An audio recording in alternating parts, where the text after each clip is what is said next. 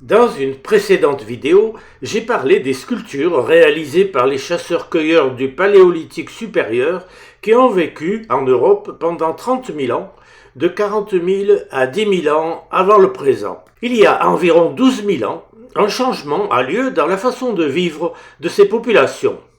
Il se produit à ce moment-là un réchauffement climatique. Tout en continuant à pratiquer la chasse et la cueillette et à se déplacer, les Homo sapiens vont commencer à créer des installations fixes et à se sédentariser périodiquement. Il ne s'agit pas d'un changement brutal et rapide, mais d'une lente évolution qui débute dans le croissant fertile, en Mésopotamie et dans le sud-est de l'Anatolie.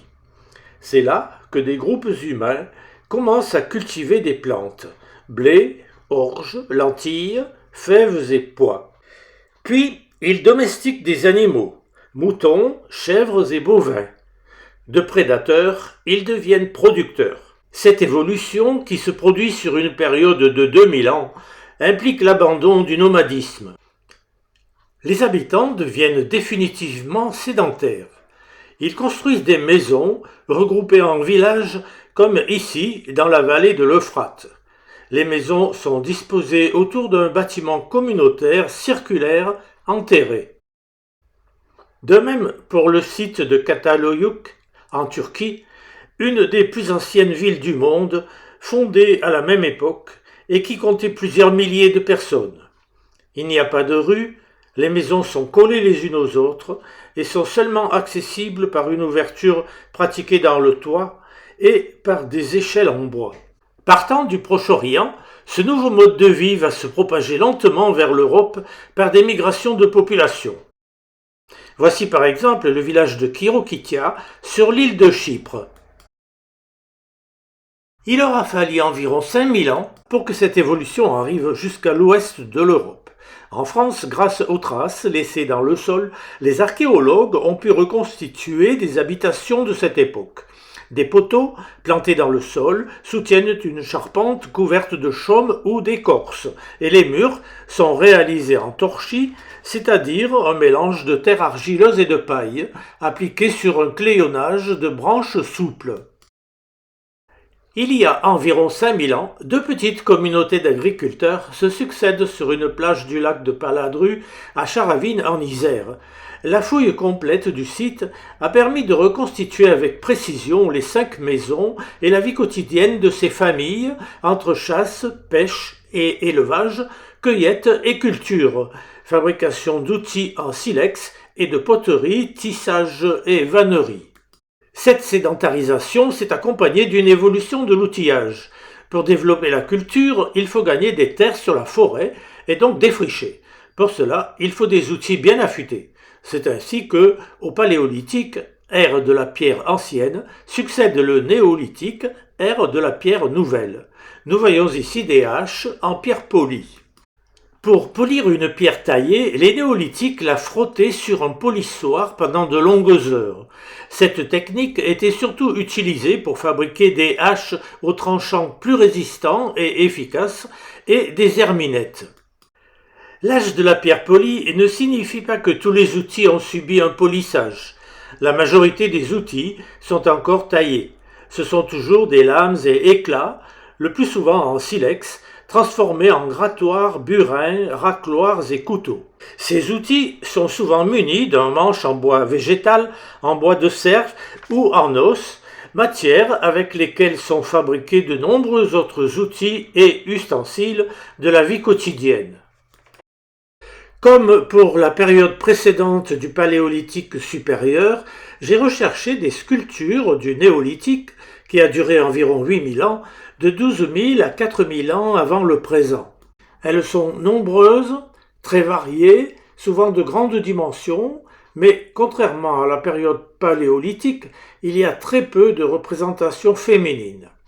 J'ai fait un choix que je présente dans l'ordre chronologique de leur création. Évidemment, les sites les plus anciens se trouvent dans la région du croissant fertile. Dans une première partie, nous allons découvrir l'extrême sud-est de l'Anatolie. Nous sommes ici entre 12 000 et 9 000 ans avant le présent, au tout début de la période néolithique, à la jonction entre les sociétés de chasseurs-cueilleurs nomades et les prémices de la sédentarisation.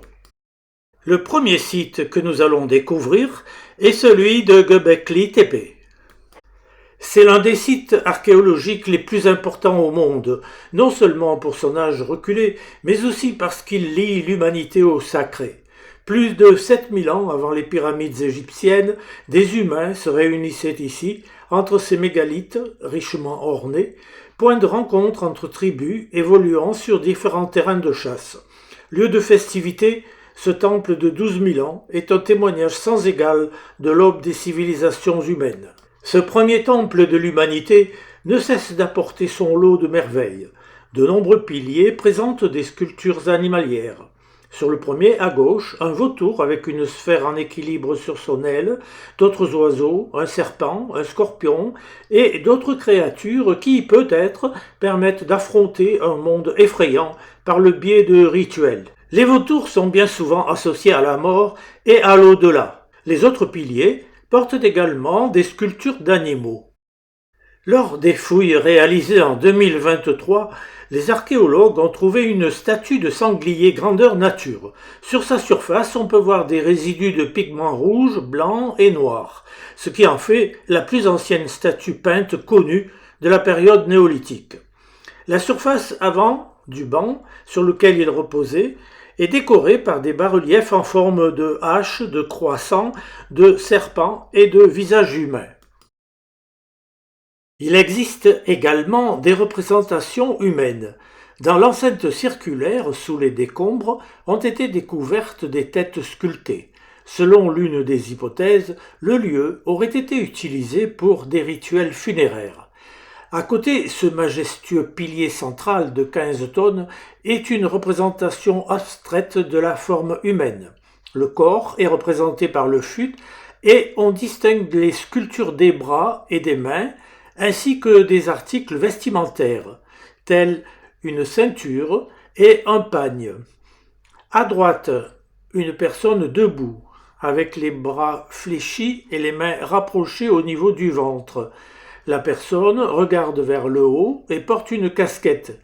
Les pieds ne sont pas représentés, mais la sculpture possède une partie conique qui permet de l'enfoncer dans le sol.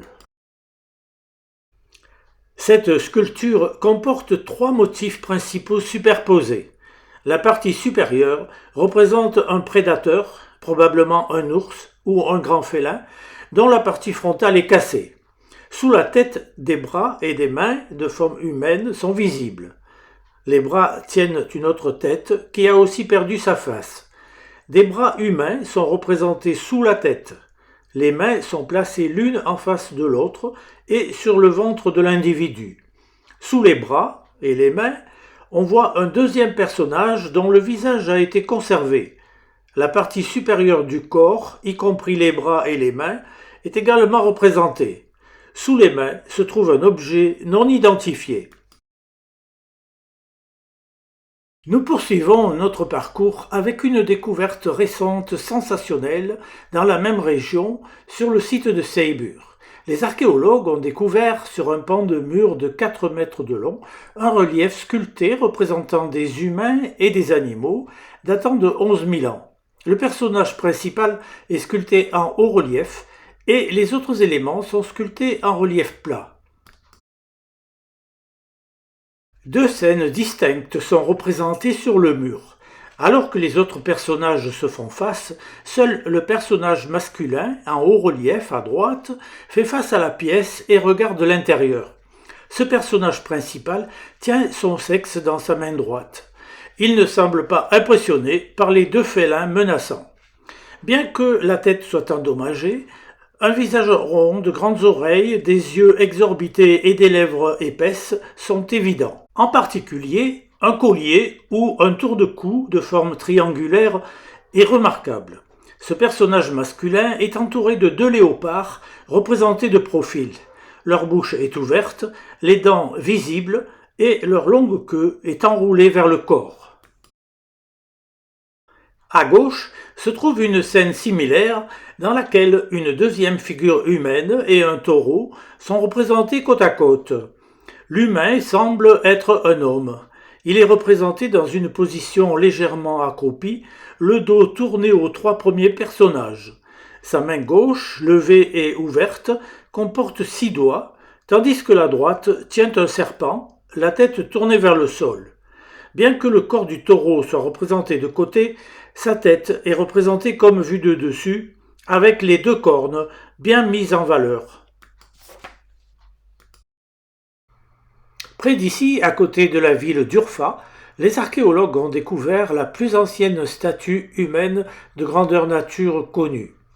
Datée de 11 000 ans avant le présent, elle mesure environ 1,80 m. Ses yeux sont représentés par de profonds trous sculptés dans la pierre, dans lesquels ont été fixées des obsidiennes noires. Un col en forme de V, ou bien un collier, a été taillé en relief sur la poitrine de la statue.